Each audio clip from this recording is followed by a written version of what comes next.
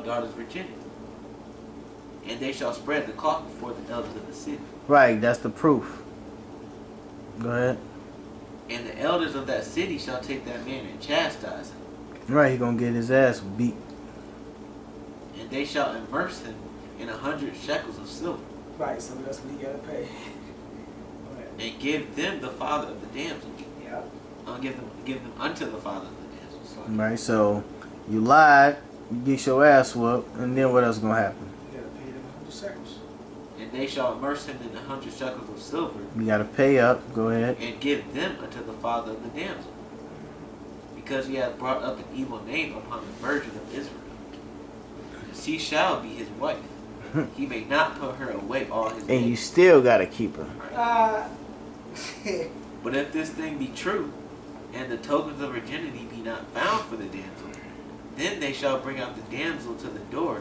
Right, so if your woman is out there lying about your virginity, okay, and you the truth was discovered that you was a whore and a slut, like majority of you women out today.